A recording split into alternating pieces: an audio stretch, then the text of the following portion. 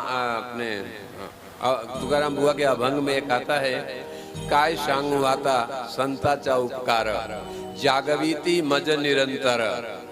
माने संतों का उपकार क्या कहें, सोए हुए जनता को सदा उठाते रहते हैं, जगाते रहते हैं। उठो, सवेरा हो गया है, चलो ब्रह्म सरोवर में स्नान करो, चलो भागवत ऐका, चला चला हरि पाठ करा, चला चला कीर्तनाचा ऐका।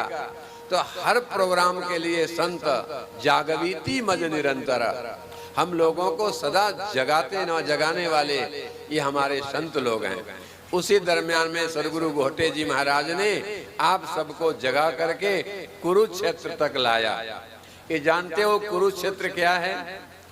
भगवान श्री कृष्ण, भगवंत श्री कृष्ण जी 25 बरस तक वृंदावन और मथुरा रहे हैं घोटे जी महाराज, और 100 बरस द्वारिकापुरी रह ले।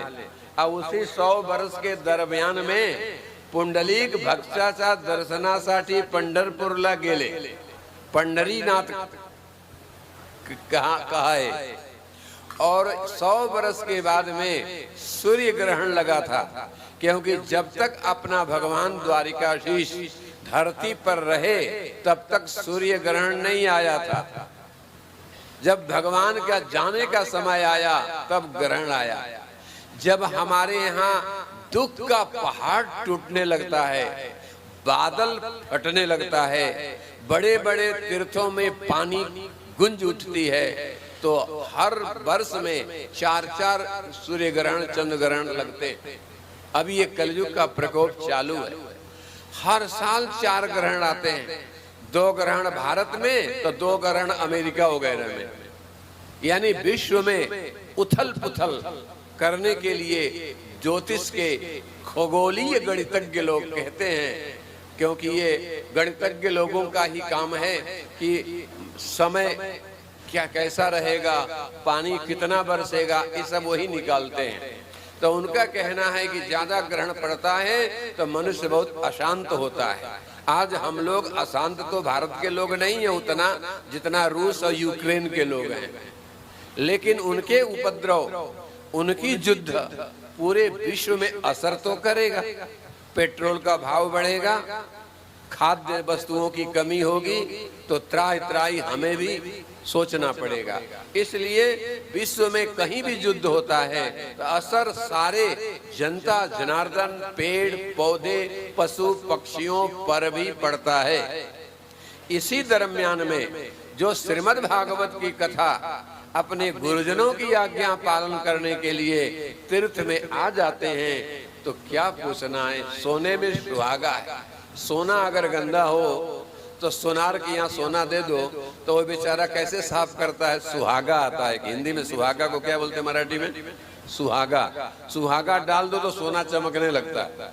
ऐसे ही अगर एक घोर कलिकाल हो, चारों तरफ उपद्रव हो, अब बीच में हम लोग गुरुओं की आज्ञा पा करके यदि सत्संग करें, कथा सुने, तो जीवन धन्य हो जाता है। वही कथा का आज द्वितीय सत्र है। कल की कथा हमने आपको क्या बताया था?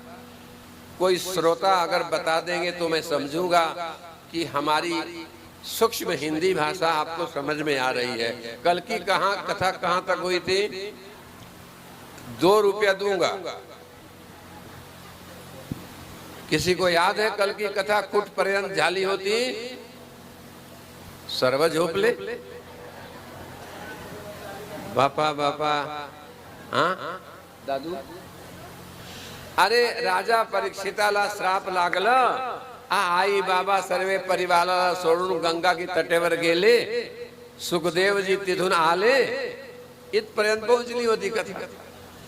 कथा सुनाने का मतलब यह है कि कम से कम श्रोता लोग भी सावधानतया सुनो। आपको याद है, सब चीज में सावधान। जब बेटा साइकिल चलाने जाता है तो कहते हैं सावधानी से चलाना। खेत में जब हल जोतने जाते हैं तो सावधानी से चलाना। साड़ी पहनती है हमारी बाइयां तो कहा जाता सावधानी से पहनना, रास्ते में खुल न जाए। पुरुष लोग जब धोतर पहनते हैं, टोपी लगाते, सावधानतया सुनो। ऐसे भागवत में भी सावधानी बताई गई है। और जब हमारी शादी होती है तभी महाराज लोग सावधान सावधान करते हैं ना। लेकिन पूरे जगत में एक ही आदमी शांत हुए, एक ही सदगुरु सावधान हो गए। कौन? समर्थ सदगुरु रामदास जी महाराज। लगनाथ बसना सावधान तो तुरंत उठ के खड़े हो गए। आज रघुवीर समर्थ हो गए हो, सोच लो। लेकिन महाराज लोग कितना भी सावधान बोलते रहते हैं, सावधान सावधान। हम सावधान तो होते नहीं। सावधान नहीं होते तो क्या बोलते हो? पत्नी क्या बोलती है पति को? बुरा मत मानना, हम वक्ता हैं, कथा है, कुछ उल्टा पुल्टा बोल भी दे तो अपना सदगुरु या वक्ता समझ के माफ करना। पत्नी क्या बोलती है पति को? हे मेरा बर। तो पति क्या बोलता है पत्नी को? तू मेरी जान। अब दोनों को जोड़ो, क्या होता है? मैं नहीं कहूंगा, क्या हो रहा? हाँ, जानवर हो गया। आप बोलते हो, मैं नहीं बोला होगा। जानवर का मतलब होता है दो पैर पत्नी का, दो पैर आपका। चार पैर का जानवर होता है ना। इसीलिए महाराज